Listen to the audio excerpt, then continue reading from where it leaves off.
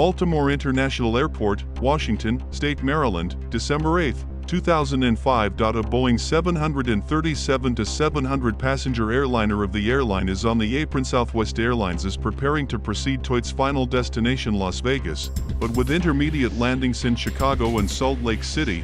Operating Flight 1248.103 people, 98 passengers and 5 crew members board the aircraft, and an experienced crew is preparing to control the Boeing. The commander of the aircraft, 59-year-old Bruce Sutherland, and the co-pilot, 34-year-old Stephen Oliver, as well as 300 ARDs work in the cabin. This time in Chicago, due to heavy snowfall and poor weather conditions, Midway Airport is closed to incoming aircraft, and therefore the dispatcher transmits information to our crew about the flight delay by 2 hours. After the weather improved in Chicago at 5:58 p.m. local time, the crew finally receives permission to take off, and the Boeing 737 aircraft takes off from the runway at Baltimore Airport and sets course for Chicago. 30 minutes after departure, our plane is approaching Chicago Midway Airport at the set altitude 10,000 feet or 3,000 meters. This time, the dispatcher instructs the pilots to enter the waiting area,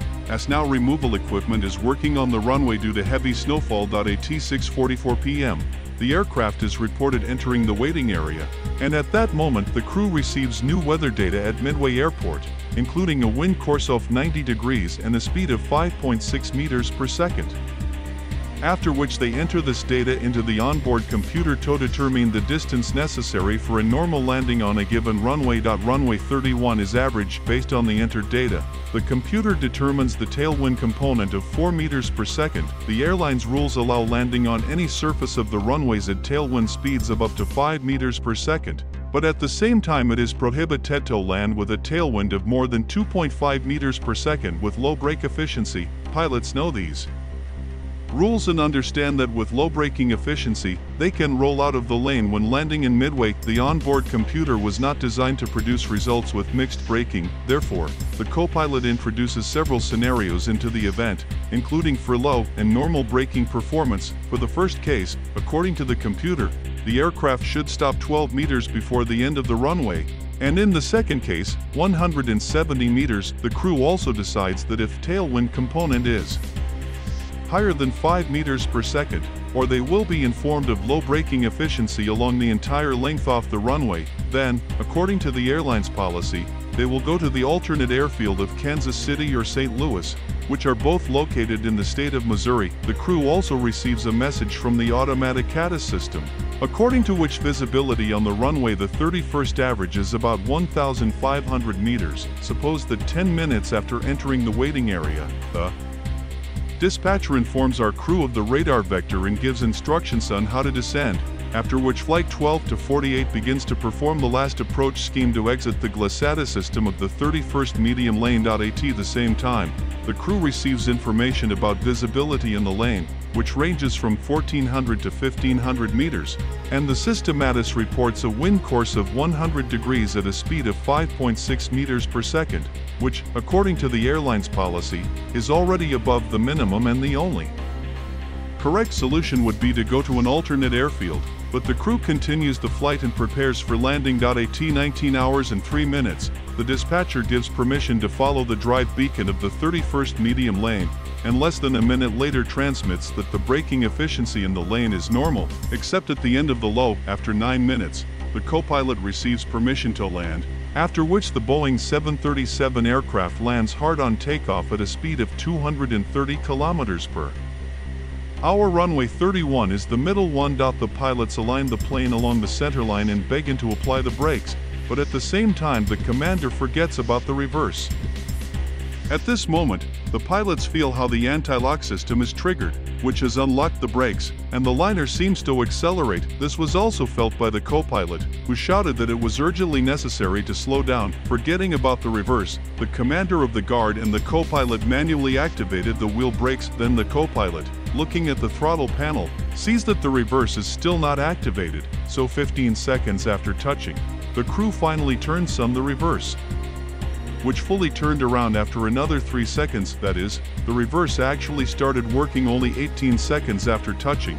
But despite all the actions of the crew, the airliner does not stop and continues to race along the runway. The Boeing 737 aircraft ran the entire runway and then rolled out of it at a speed of 98 kilometers per hour. He raced across the entire security lane, knocked down the navigation auxiliary antenna and the gas collector, crossed the airport road running across and rolled out behind the road behind the airfield, where he knocked down a fire hydrant and a car traveling north and only then stopped at an intersection 150 meters northwest off the airport. After stopping, the co-pilot began to read out a checklist of evacuation actions, and the commander went to the cabin to check the passengers, after which all people on board evacuated through the front left and rear right doors. And a couple of minutes later, the first emergency services arrived at the liner. The aircraft suffered damage to the leading edge of the wing and the engine nacelle, but the cabin were not damaged. Subsequently, the aircraft was restored. Out of the 103 people on board, 18 were slightly injured, 1 was injured and 17 passengers, and the rest 85 people were relatively unharmed. But of the 5 people in the down car, 1 6-year-old child died on the spot, being trapped. He suffocated in the twisted metal. Another person was seriously injured. The plane also shot down another car, but the people in it were relatively unharmed. Investigators from the National Transportation Safety Board were investigating the incident. In its final report, the NTSB Commission concluded that the cause of the incident was the error of the pilots, who belatedly applied reverse to slow down to a safe speed. Speed or stop, as a result of which the aircraft simply did not have enough lane length.